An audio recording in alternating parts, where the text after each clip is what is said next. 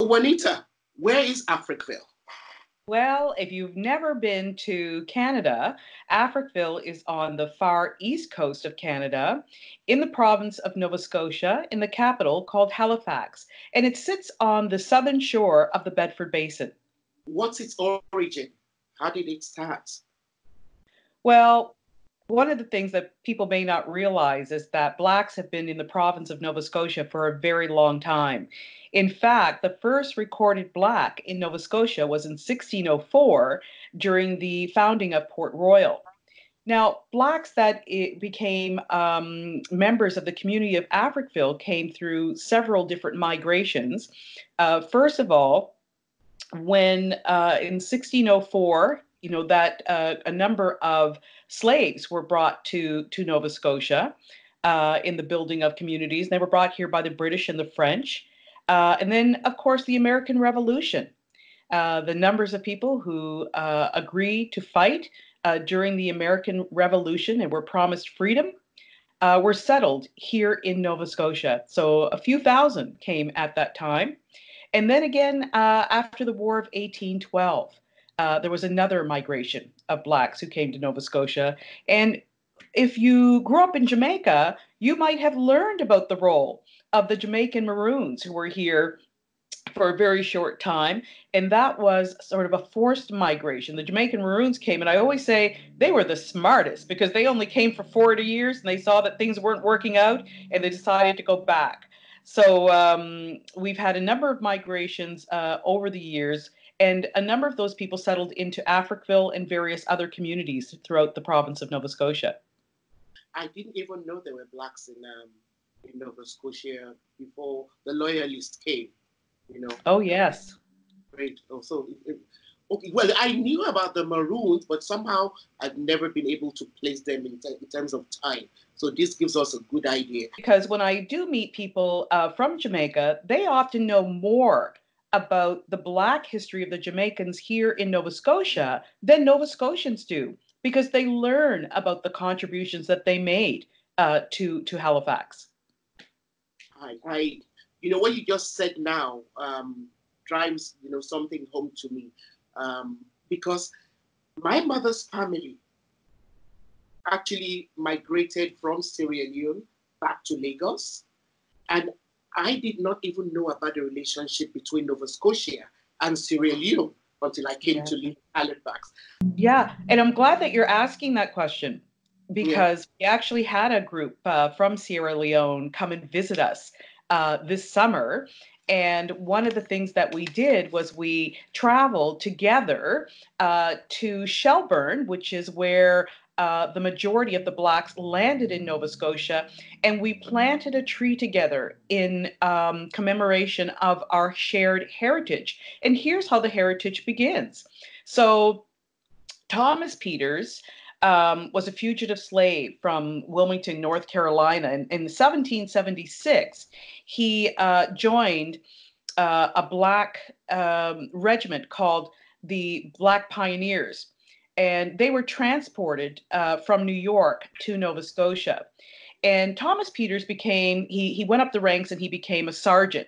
And he also became the spokesperson for the Blacks who came here during those migrations. So a few thousand people. He landed in Digby County, Nova Scotia, and he was not happy with the provisions that were given the Blacks. And so he moved to St. John, New Brunswick, but he found that he was having the same issues in St. John, New Brunswick. They were not given the things that they were promised. So he became a spokesperson for the Blacks, and he wrote many petitions to the king in hopes of getting answers to why they weren't getting what they were promised. And he actually also traveled to England in hopes of getting an audience with the king. But that didn't happen. But what did happen was he met a man by the name of Granville Sharp, who was starting something called the Sierra Leone Company. It was called the Sierra Leone Company. And so Thomas Peters came back to the Blacks in Nova Scotia, him and John Clarkson, and they presented this to the Blacks. We have three choices. We can stay here in hopes that the promises are eventually honored and things get better.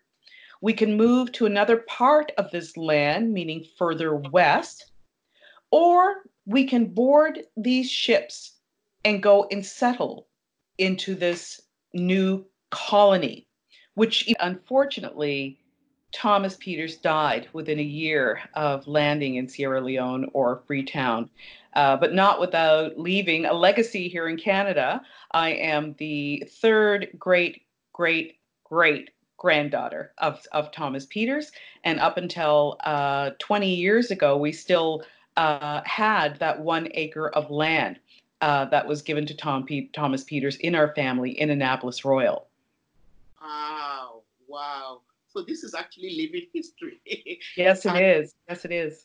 And I also know that there are Peterses, there are, in there are families that have the last name Peters in Freetown and then in Nigeria. Who knows what the links and the connections are.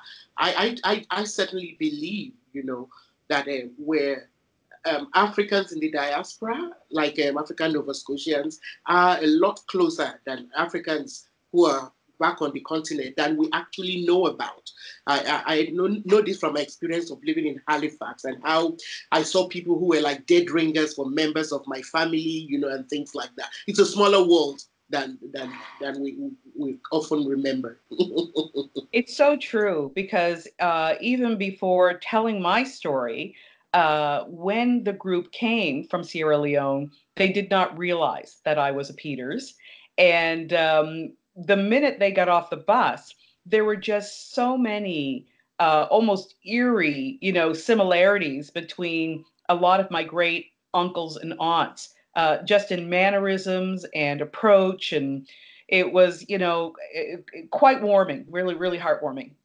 Yeah, I know. I ran into people who could have been my first cousins when I was living in Nova Scotia. Yes, very true. So back to Africville. So it was destroyed. Yes. Was it? Can you tell me how that came about? Yes, one of the things that I think is hard for people to understand is that you have a community like any other community where people move to that location and start building something that's important to them. But during this time, one of the things that the city did was they created and incorporated and distributed everything that was undesirable to everyone else in that community. So the community became surrounded with things like the infectious disease hospital, the abattoir, the open dump. And remember, the open dump is also what receives all that infectious waste from the the infectious disease hospital.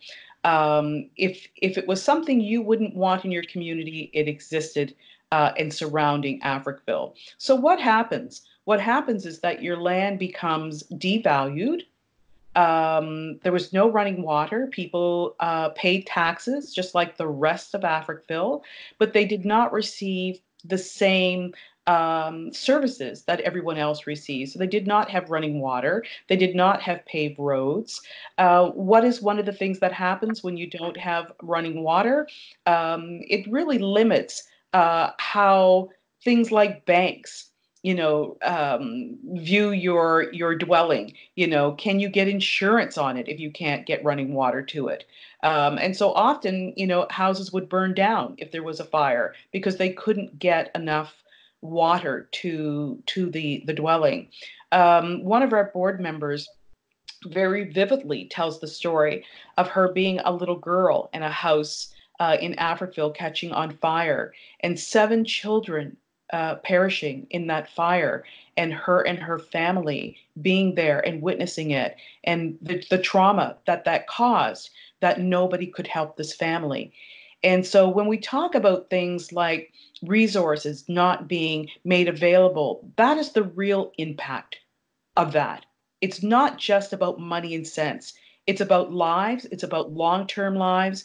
Many Africville residents have claimed that because they lived so close to the open dump and all the things that it delivered into the community, that there's a high rate of cancer from descendants. And there are other counties, Black communities, who talk about that as well, like Shelburne County. And there's a wonderful book that was written by Dr. Ingrid Waldron recently called "There's Something in the Water." It was also made into a film, which is available online. It's really worth a look at because the research in this is astounding when you look at what Black Nova Scotians and Aboriginal Nova Scotians have faced. Okay, so let me get this straight. So they were paying taxes the same way other Nova Scotians were paying taxes, and they never had any benefits from their taxes. And this kind of led to a deterioration in the quality of life in the community. And it wasn't just happening in Africville alone. It was happening in other Aboriginal Nova Scotian communities as well as other Black African Nova Scotian communities. Yes. Yeah? So still today, a number of Black and Native communities are still having that conversation because whenever there is something not favorable to be placed somewhere, those are the first communities that government look to place them. It's like out of sight, out of mind. And I really need people to just sort of understand not only what that does to a community, but what that does to individuals when you are considered less than. How do you move through the world when you grow up considering people looking at you like you are less than? And then how do you feel about yourself? And so the only ways that you can really understand that is to understand the texture and the temperature of the time. When was Afrikville finally destroyed? Late 1960s. The last person to leave was Paul Carfrey in 1970. But the majority of the community was demolished by 1967, 68. And just to add insult to injury, here we are, 2020, and people are still asking the question. So if you come to Afrikville, you will see the wide open land where, originally the narrative as to why Afrikville had to be destroyed was for industrial reasons. It was part of the Industrial Revolution. But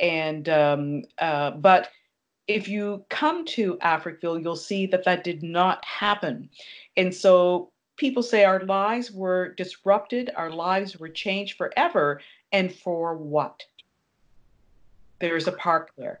Tell us some more about the effects of the destruction of Afrikville. I want people to imagine, that their whole lives have been uprooted. And not just your life, but your future has been changed. Your children and your grandchildren's future has been changed. And as I said, the narrative at the time was that this was part of an urban planning, urban renewal, and that there was going to be a number of things there. People were moved out because of the construction of the new bridge. But if you visit Afrikville today, here it is 2020, over 50 years later, it's just a park. And even worse than that, it was a dog park. So people would bring their dogs there to run freely and poop on the land. And so if you want to talk about adding insult to injury, that is it, at its highest level. And also I need to talk about what that does to people emotionally, spiritually. It's traumatic. It's traumatic to think that your life is so much less valued than a dog. I know. I visited Africville a few times when I lived in Nova Scotia, and it was always so heartbreaking. Especially, I remember going there, I think, on a Sunday after church, and the whole park was filled with people who had brought their dogs, to walk, and they were pooing all over the place. And it was just very, very depressing because by then I had heard about the kind of the rich cultural life that existed in the place known as Africville before it was razed to the ground. I mean, there were his churches, it was a whole vibrant community, that was destroyed, and then turned into a place where people could just bring their dogs to. It's sad. So nothing much has happened. Well, about 10 years ago, 9 or 10 years ago, the government did redesignate it as not an off-leash dog park. People can still bring their dogs, though, but they have to be on leash. And as executive director of the museum, I'm often having to go out and explain to people that their dogs can't run free on the land. You'd be very surprised as to the reaction that I get from some people. Most people understand, and we redirect them as to where they can go. And other people actually take offense that they cannot let their dogs run free on this land. They look at it as their right. And so it's very interesting last year because the museum portion of the land, which is 2.5 acres, is private property. It is owned by the Afrikville Heritage Trust, which I manage. And so last year, just as an experiment, I put signs up on our property saying no dogs allowed. And it seems to have spread into people thinking that also means the park, and I'm good with that. Whatever works, eh? That's right. Now, I also know there used to be gatherings, to commemorate the destruction of Africville. Can you tell us a bit more about how that started and, what kind of effects it's had in at least bringing to people's attention how important a part of African Nova Scotian history Africville is? So, some time ago, three women decided it was really important to find a way to make sure that people always connected. Brenda Steed Ross, Linda Mantley, and Deborah Dixon. And these three women started something called the Afrikville Genealogy Society. And in that society, they collected information about Afrikville. There was a website created. And most importantly, they started something called the Afrikville Reunion. And that reunion gathers and invites people who are descendants from Afrikville to come back and be on the land. They pitch their tents for 4 days or up to 10 days every 5 years. And they pitch those tents, those trailers, those motorhomes on the spots where their family home would have been. It's really a very emotional weekend because sometimes what people do is they just want to be there. They just want to be amongst each other and sharing stories and music. They have a number of events as well. The biggest event of the reunion and the most powerful one for me is the finale, the church service. And that church service not only has the people who come for the reunion, but it draws in people from various communities. So you can have anything from a couple hundred people, a few hundred people to 1,000 people easily at that church service. And it's outside under a big tent on the land, praising, so what more could you ask? It's wonderful. Not too long ago, the community got an apology. Yes. You tell So us what came about and what it's all about. And I mean, was it just an apology with words, or did anything more tangible than words come from the apology? Sure. In 2010, the city of Halifax, under then Mayor Kelly, gave a formal apology to the former residents and descendants of Afrikville. And in that apology came 2.5 acres of original Afrikville land to the trust, and also monies to build what is now known as the Afrikville Museum. It is a replica of Seaview Baptist Church, one of the original churches in Afrikville. And inside it houses artifacts and stories of of Afrikville. And those stories come through everything from interpretive panels to actual touch kiosks where you can touch the kiosk and listen to stories and see former residents telling particular stories about life in Afrikville.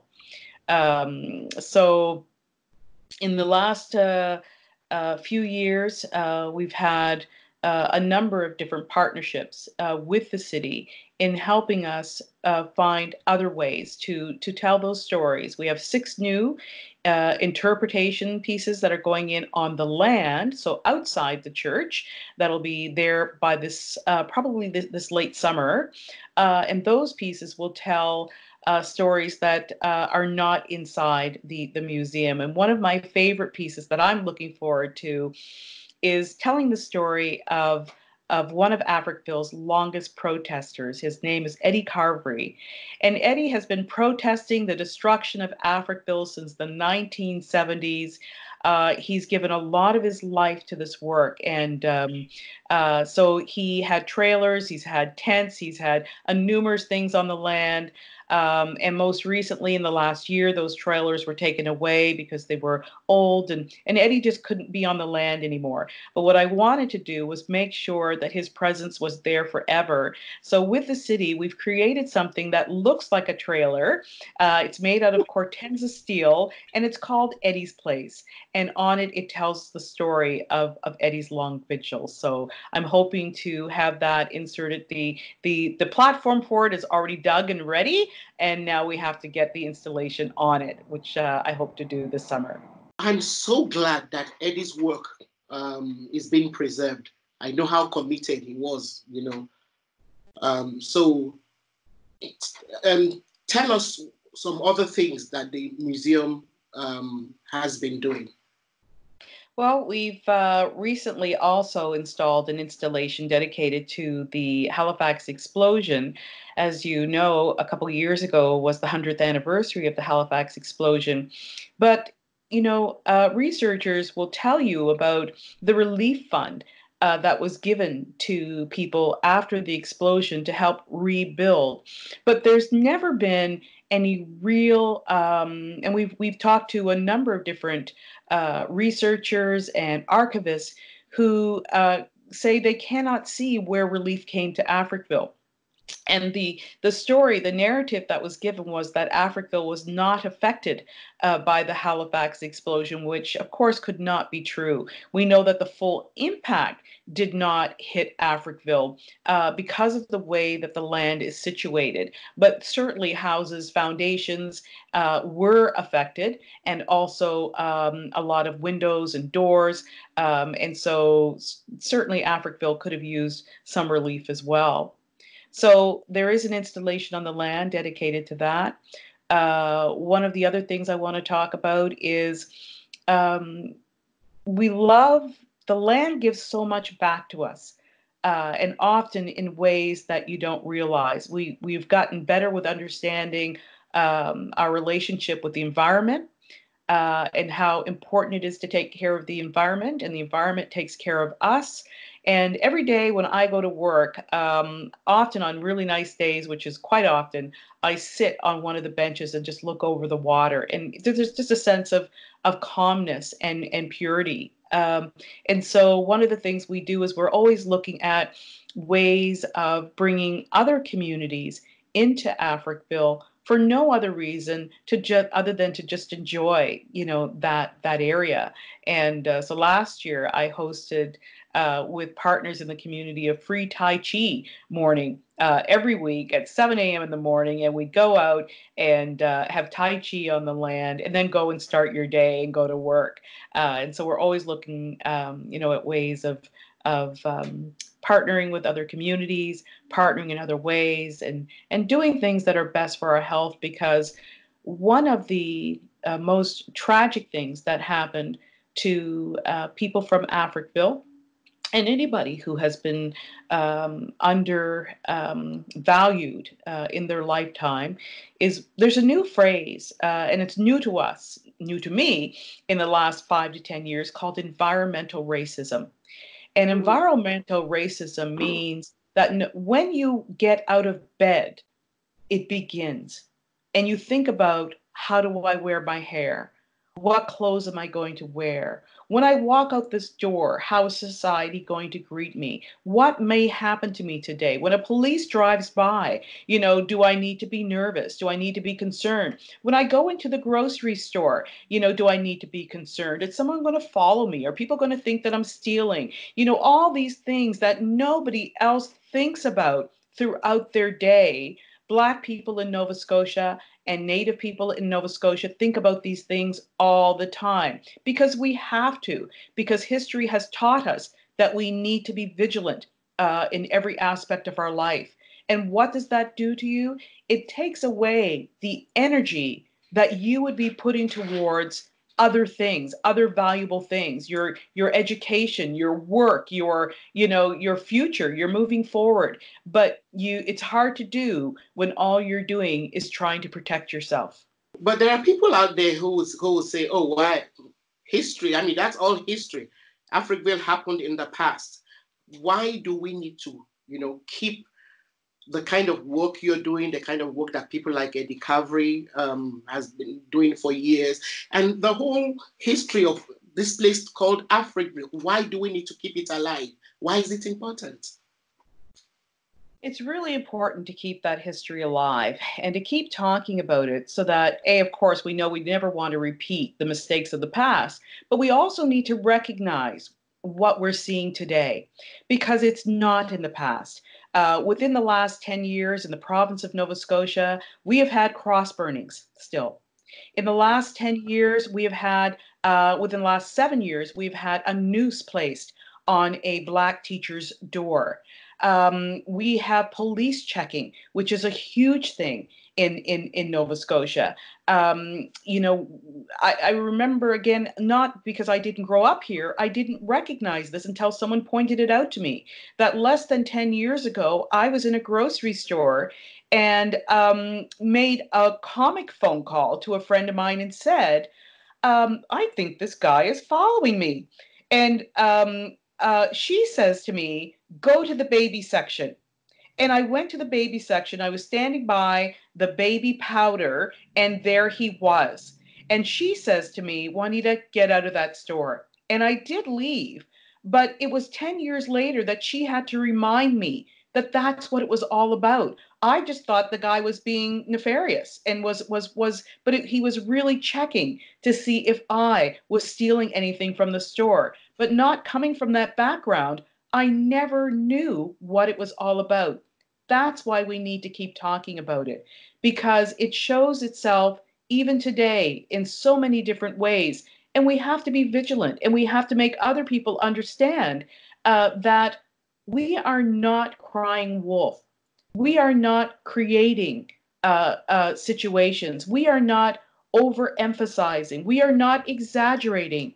It is real. It happens. It happens in the corporate world here in Nova Scotia still, and I'm sure in other parts of Canada, and in the business world. So we need to keep telling these stories so that people can recognize what it is and understand, how that affects people.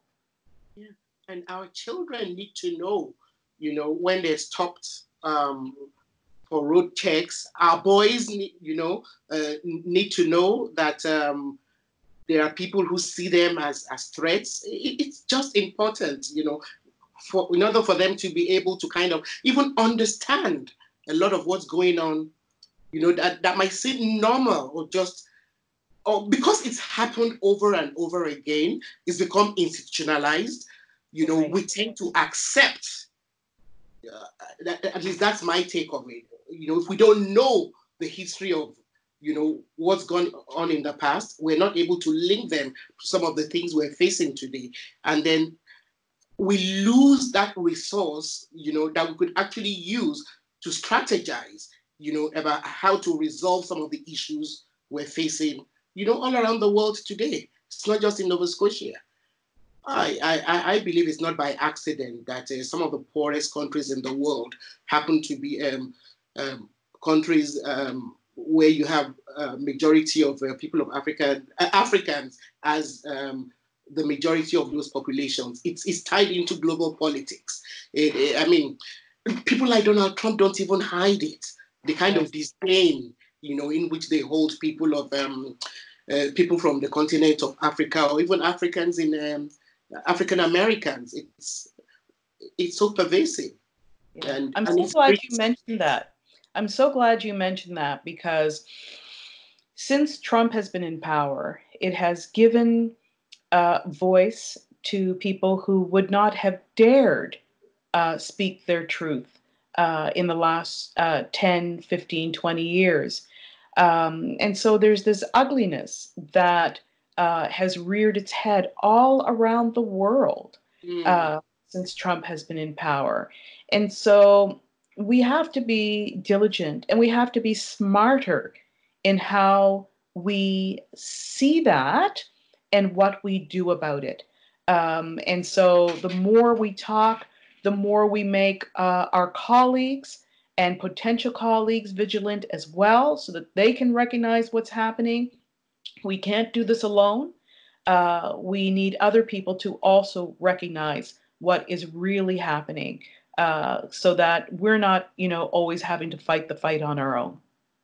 I'm so glad that we talked about the importance of commemorating this, and the fact that we cannot do it alone. We need other voices. Can you tell us a bit more about other people, who are working in this area of keeping our history alive? Well, I hope that some people come and visit Nova Scotia soon, because we have so much African Nova Scotian history here. There is the Black Loyalist Museum in Shelburne, and I tell you, it is something.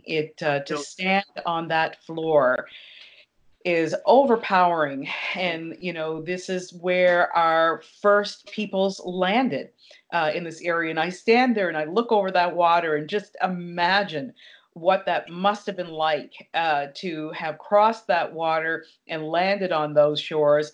And I also imagine what it was like for our people to land in the wintertime in that very, very, very cold place. And there's so much to see that'll help you sort of visualize what that might have been like. We also have the Black Cultural Center of Nova Scotia, which tells the entire history of the Black experience here.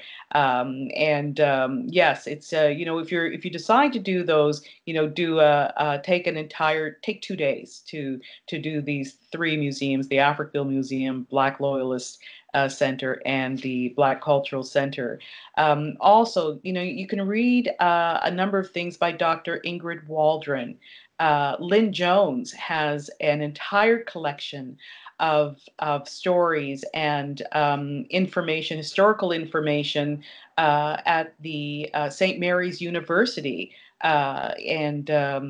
So those are 2